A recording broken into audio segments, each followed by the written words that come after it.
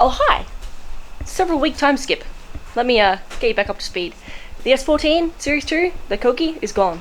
We ended up swapping the 14 instead of selling it. I had fully intended on selling it, that way I had more money to go to Japan, buy a workshop over there, buy another car over there, or buy car parts, etc, etc. But the market at the moment is very, very, very dry, very dead, and to get what I was chasing for the car, it would have taken me a couple of months. I have to find places for 5 more still. 5 more cars? More 180s. Yes. Life dreams if you've never told YouTube your life dreams. Well, it's not really a life dream, it's just like one of those whim things. You know how you want to do something with cars, you're like, oh, I want to do that one day, oh, I want to buy an S15 one day, oh, I want to own a ZX 100 one day. Well, mine is, I want 9 180s. Don't ask me why, I don't know why exactly 9. I think 9 is just a good number for that amount of 180s to rock in different styles. So yeah, what happened was, I ended up finding this 15-year-old kid on Marketplace who was hunting down to look for his dream car, which just so happened to be an S14.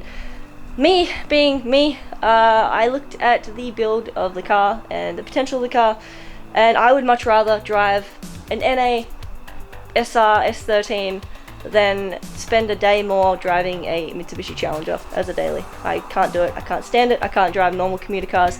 They drive me up the wall, so I've always got to have something half decent registered, and this just so happened to work out in both our favours. I wanted to check out the car first and then make a decision from there. However... Oh, the kid was. Yeah, the kid was super eager, super keen, so yeah, things kind of snowballed from there, and we have a 180.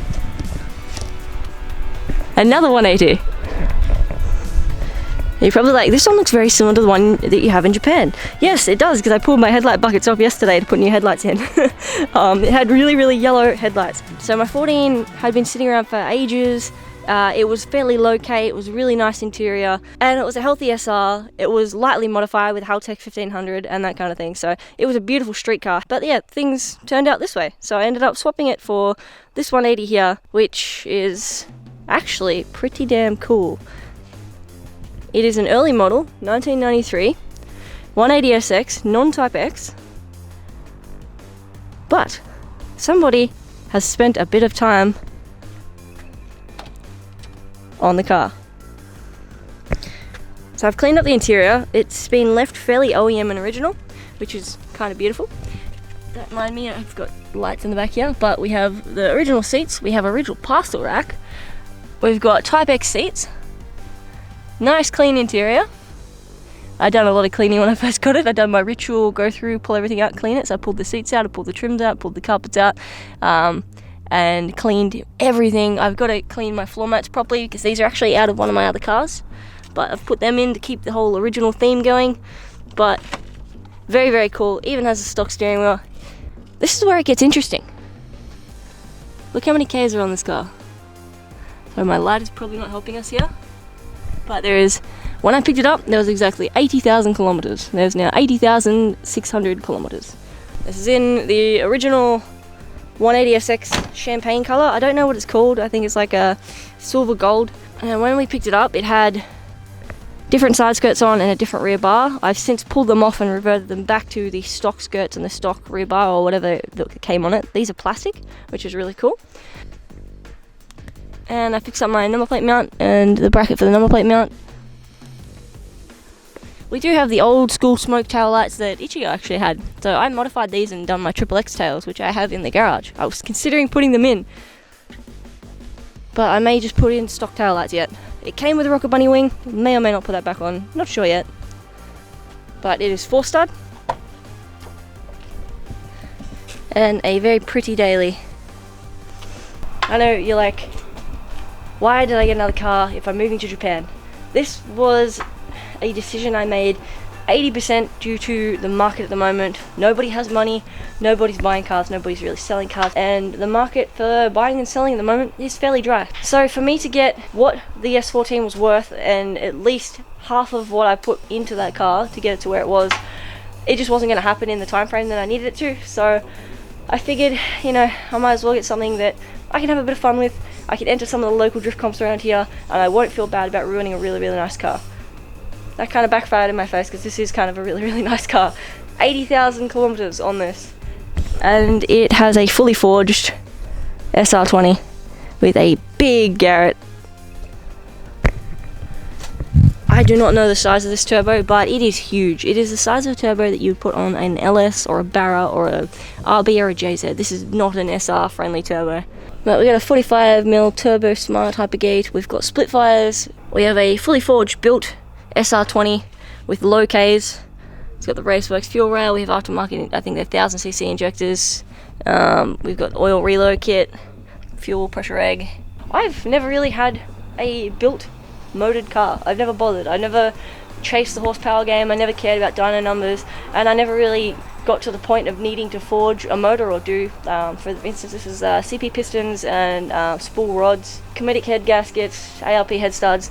Like, it's good. This car had been passed down through hands for the last couple of years. I've heard it had 2 female owners before I picked it up off this kid, and this kid then had it. He had it for a couple of months, but didn't have his license yet, so he couldn't drive it, and it was just sitting in his yard. But yeah, I initially went over just to suss it out, and we came home with a champagne-built SR 180SX. This one has a Link, I think it's a G4.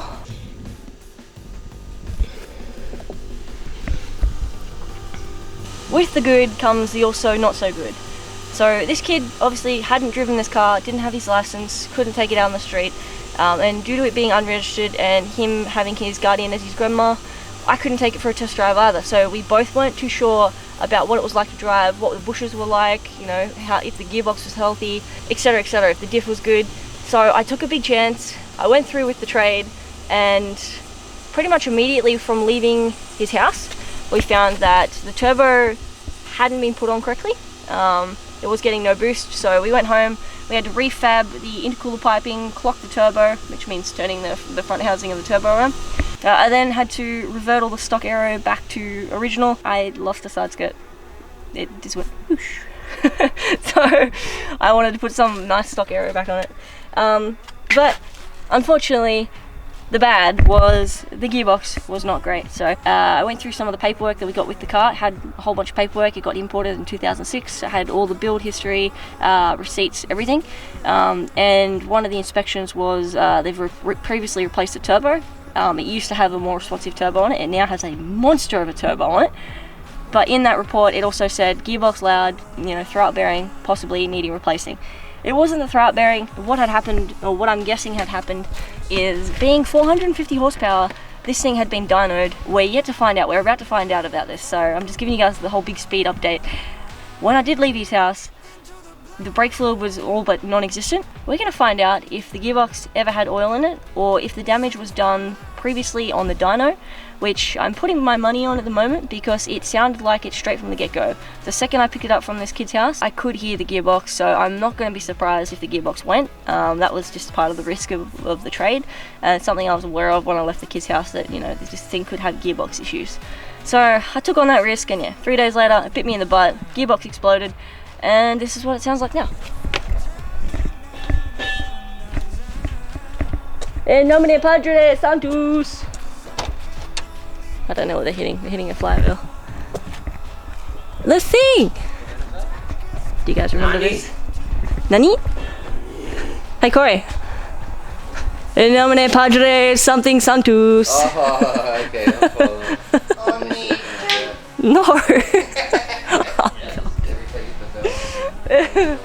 We're quoting the monks, you know, when they In nomine Padre Sanctus something. I don't know the words, but he's hitting his flywheel. We done that last time when we hit the flywheels. Bow, bow, bow. Bow, bow, bow. Japan was good, by the way. Thank you for asking. Thank you guys for enjoying the Japan content. Getting the footage for the merch for the shop up. Anything now. Let's put you guys up there for a second. That's pretty bad.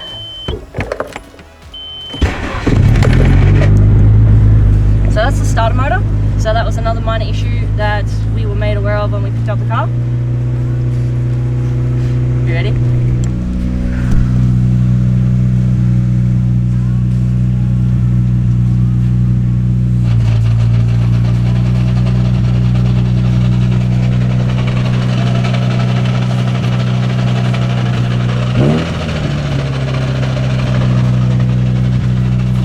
So first and second work fine. Fourth and fifth work fine, and reverse work fine. However, third is gone. I think this is third.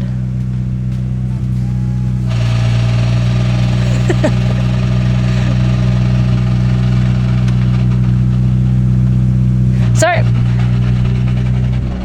give me a quick show on the outside.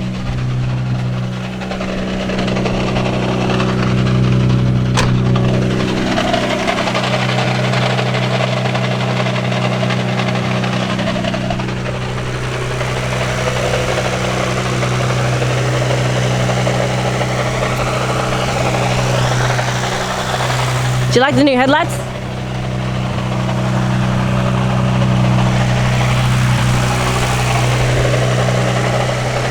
They were like the creamiest custard yellow, old looking, probably the originals.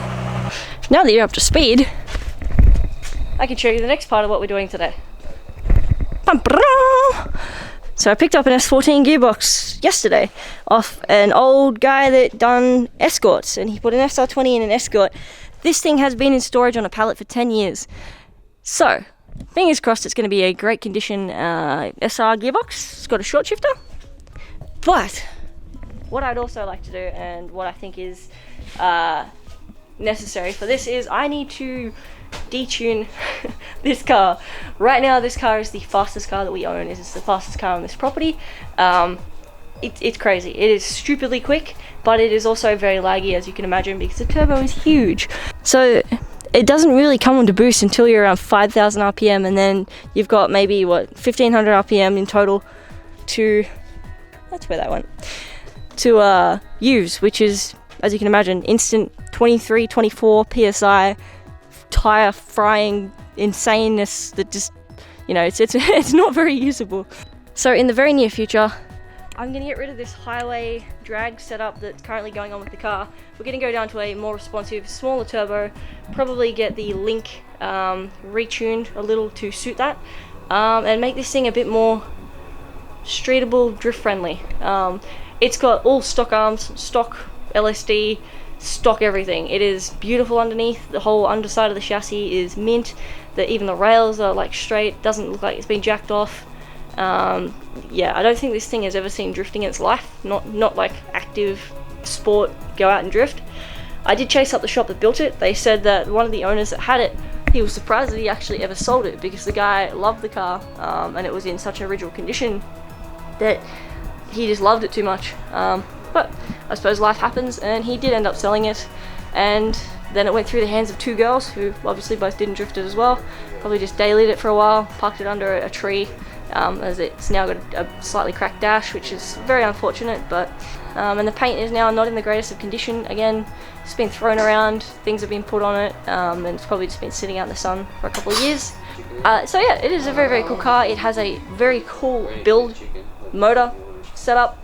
But the body itself can use some TLC. So the coilovers that were put in, somebody's tried adjusting the height on them, and I think they've wound the dampening way out. So when you turn corners, you can hear the springs going ting, ting, ting, ting, ting, ting, ting, ting, which, yeah, they got too much tension on them. So there's a whole bunch of stuff I probably need to readjust, change, fix, or swap or repair on this. I think it was a pretty good swap. Like, obviously this kid got his dream car. He got a beautiful C West, you know, fully restored, bare metal resprayed, S14, low K motor, ECU, everything you could dream of as a kid at 15. He literally owns one of the coolest cars that you could possibly want.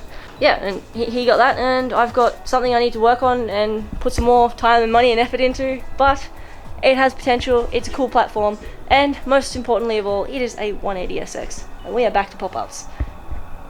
So that's what makes me happy. I have more 180s now. This is probably like a 20-30 year, you know, plan. This is not I'm gonna get 9 180s in the next 2 to 5 years. That's 6 Silvias. 6 Silvias? No, because they're not mine. And I will never own another S14 or a 15. And I don't really care for 13s. Don't know. Yeah, I used to own an S13. I also grenaded the gearbox in that one too. That was a full drift setup. That was a really cool car, but I don't know, I just didn't love it. It just felt like the imitation of a 180. Benjamin likes them though, and they look really good with certain kits and stuff, but yeah, they just weren't for me. Oh, you mean the superior vehicle? No, the one that has a longer ass. I'm good. Oh yeah, more more updates. Benjamin put the 1J in the 13. No, they're nice, they just don't suit me. I don't hate them, I just don't care for them. Bumping up the market value. Corey is working on his 1J. He wanted to put it into the S14 last night, but had an issue with his flywheel bolts being too long and fouling on the back of the crank. You excited though? They've been cut down. It's almost going to go in? Not at the moment, because I'm still working on it. Once it's ready to go in, I'll get the exercise. The question was, were you excited? Oh, yeah. I'm working on jamming chicken into my face. Chicken! Serizawa! Chicken! If you guys haven't watched Crow Zero, do yourself a favour and watch a Japanese show called Crow Zero. It's great. Alright, yeah, so we are gonna get started with this gearbox swap.